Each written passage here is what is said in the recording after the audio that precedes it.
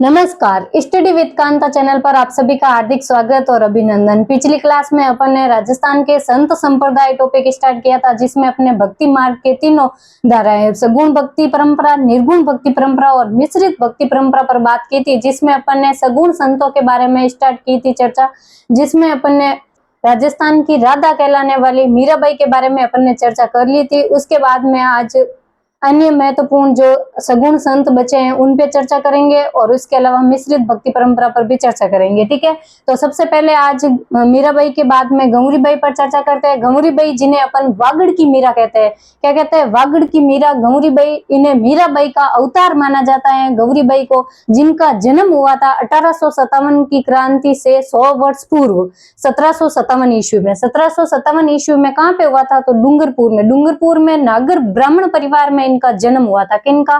गौरीबाई का। गौरीबाई का जन्म नागर ब्राह्मण परिवार में 1757 ईस्वी में हुआ था डूंगरपुर में। और ये बाल्यावस्था में ही विधवा हो गई थी। बाल्यावस्था में ही इनके पति का देहांत हो गया था, इसलिए ये बाल्यावस्था में विधवा हो गई थी। और विधवा होने के बाद में इन्होंने बाल मुकुंद श्री कृष्ण की मूर्ति को अपना पति स्वीकार कर लिया था। गौरीबाई जी ने बाल मुकुंद श्री कृष्ण की मूर्ति को अपने पति के रूप में पूजना प्रारंभ कर दिया था।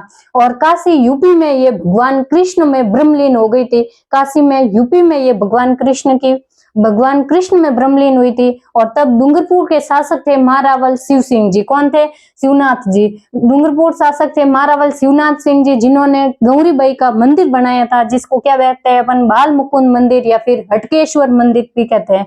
बाल मुकुंद मंदिर या हटकेश्वर महादेव मंदिर या गौरीबाई का मंदिर, जिसका निर्माण किसने करवाया था पूछे आपको, तो डूंगरपुर के महारावल शिवनाथ सिंह ने इसका निर्माण करवाया था। उसके बाद में है रानाबाई। रानाबाई जिसे राजस्थान की दूसरी मीरा कहा जाता है। कैसे याद रखोगे? कंफ्यूज हो जाओगे सब। वागड़ की मीरा, मारवाड़ की मीरा, राजस्थान की दूसरी मीरा, मत्स्य संघ की मीरा, तो आप ऐसे याद रख लेना। इनके आगे दो है, ऐसे र यानी दो की तरह दिख रहा है तो दूसरी मीरा। ठीक है, राजस्थान की दूसरी मीरा, जिनका जन्म पूछे आपको कहाँ पे हुआ था, तो हरनवा नागौर में सन 1504 ईस्वी में।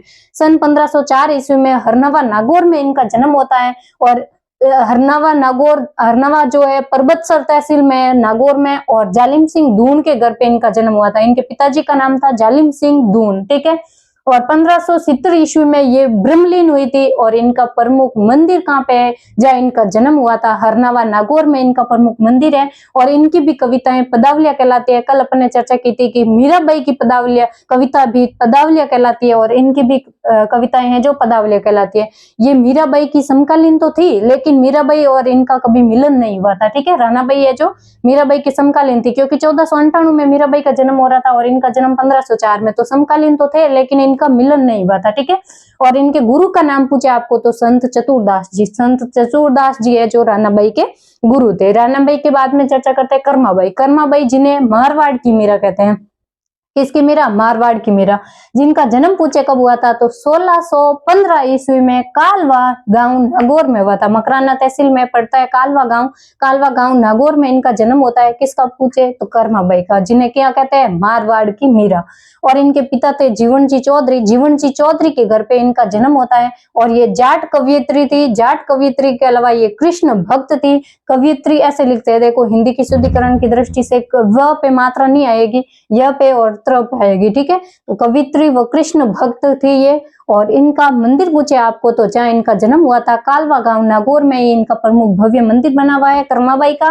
और इन्होंने ही अपने हाथों से भगवान श्री कृष्ण को खिचड़ा खिलाया था। एक बार इनके मम्मी पापा कहीं गए हुए थे तो उनको इन्होंने बोला था कि कर्माबाई को कि आप कृष्ण जी को आप भोजन करवा देना, भोग लगवा देना। तो ये छोटी थी उस समय, बचपन में इतनी समझती नहीं थी, तो फिर वो भोग लगाने बैठ जाती है। और जब तक कृष्ण जी खाते नहीं है खिचड़ा तब तक वो बैठी रहती है। तब भगवान कृष्ण प्रसन्न होकर उनके हाथों से, स्वयं उनके हाथों से खिचड़ा खाते हैं। तब भजन भी वर्षित है, थाली भर कर लायो खिचड़ो जिमो महाराज श्याम धनी जिमावे बेटी जातरी।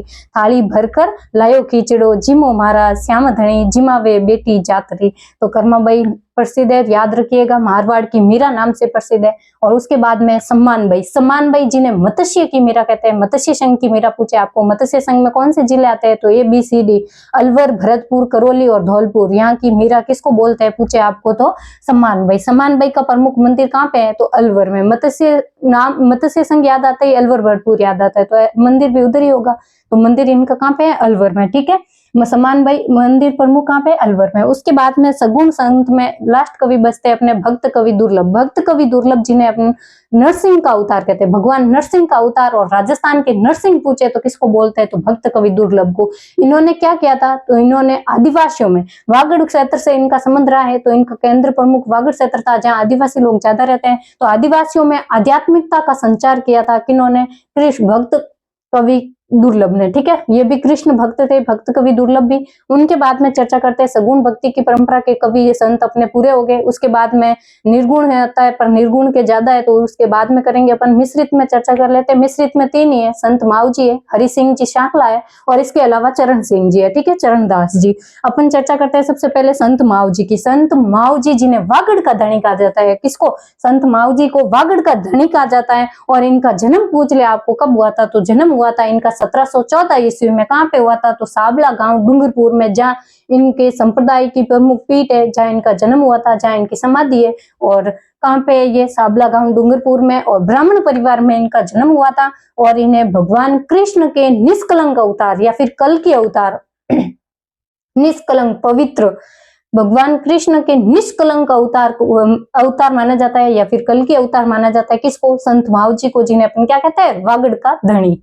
इनके माता पिता पूछ ले आपको, तो माता का नाम था इनके केसर देवी, और पिता का नाम था दालाम ऋषि। तो केसर देवी और दालाम ऋषि के घर पे इनका जन्म होता है। और इनके पुत्र का नाम था उदयनाथ जी, और इनके पुत्र वधु पूछ ले कौन से है, तो जान कंवर। जान कंवर को क्यों पढ़ा है अपने पुत्र वधु, क्योंकि ये बेणेश्वर धाम मंदिर है, उनकी प्रथम पीठाधीश बनेगी कौन, जान कंवर। ठीक है, याद रखिएगा। और इनका ग्रंथ है चौपड़ा ग्रंथ। चौपड़ा ग्रंथ है जो कि दीपावली के दिन खोले जाते हैं, और दीपावली केवल और केवल दीपावली के दिन बाहर निकाले जाते हैं, और दीपावली के दिन इनकी पूजा की जाती है चौपड़ा ग्रंथों की। और इसमें क्या क्या है पूछे आपको, तो 3 विश्व युद्धों की भविष्यवाणी संत माऊ जी के द्वारा 3 विश्व युद्धों की भविष्यवाणी की गई थी, उसका संग्रहण किसमें, चौपड़ा ग्रंथ में। 2 विश्व युद्ध तो हो चुके हैं, उस टाइम इन्होंने भविष्यवाणी कर दी थी। कब, 1714 ईस्वी में। ठीक है, 1714 में तो जन्म हुआ है, और भविष्यवाणी कर दी थी चौपड़ा ग्रंथ में 3 विश्व युद्धों की। ठीक है, 2 तो हो चुके हैं और 1 आगे होने की संभावना है। ठीक है, तो दीपावली को बाहर निकाला जाता है, और दीपावली को इनकी पूजा की जाती है। इनका संप्रदाय कौन सा है पूछे आपको, तो निष्कलंक संप्रदाय या फिर कल की संप्रदाय है। निष्कलंक संप्रदाय, कल की संप्रदाय, जिसकी प्रधान पीठ पूछ ले आपको कहाँ है, तो जहाँ इनका जन्म हुआ था साबला गांव डूंगरपुर में। ठीक है, इन्होंने लसाड़ी आंदोलन चलाया था। किन्होंने, माऊ जी ने लसाड़ी आंदोलन चलाया था। वागड़ के भीलों में आध्यात्मिकता का संचार करने के लिए इन्होंने वागड़ के भीलों में आध्यात्मिकता का संचार करने के लिए इन्होंने लसाड़ी आंदोलन चलाया था। उसके बाद में ये देखिए, सबसे पहले इधर माही नदी कहाँ से निकल रही है, एमपी से, विवाह से एमपी से निकल रही है, और ये गुजरात में जाकर के इधर गिर जाती है। ठीक है, अरब सागर में।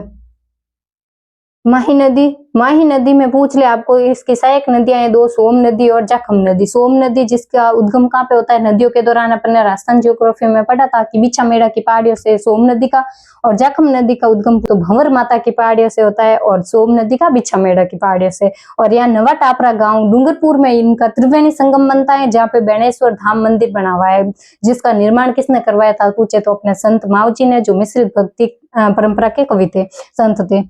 नवा टापरा गांव डूंगरपुर में, यहाँ पे त्रिवेणी संगम बनता है, जहाँ सोम, जाखम और माई नदी मिलती है, यहाँ पे त्रिवेणी संगम बनता है। यहाँ पे जो बेणेश्वर धाम मंदिर बना हुआ है, बेणेश्वर धाम मंदिर, ये देखो, जिसका निर्माण करवाया था संत माऊ जी ने। और इस मंदिर की प्रथम पीठाधीश किसको बनाया गया था, तो संत माऊ जी की पुत्रवती जान कंवर को प्रथम पीठाधीश बनाया गया। और एकमात्र खंडित शिवलिंग की पूजा की जाती है यहाँ पे, इस मंदिर में एकमात्र खंडित शिवलिंग की पूजा।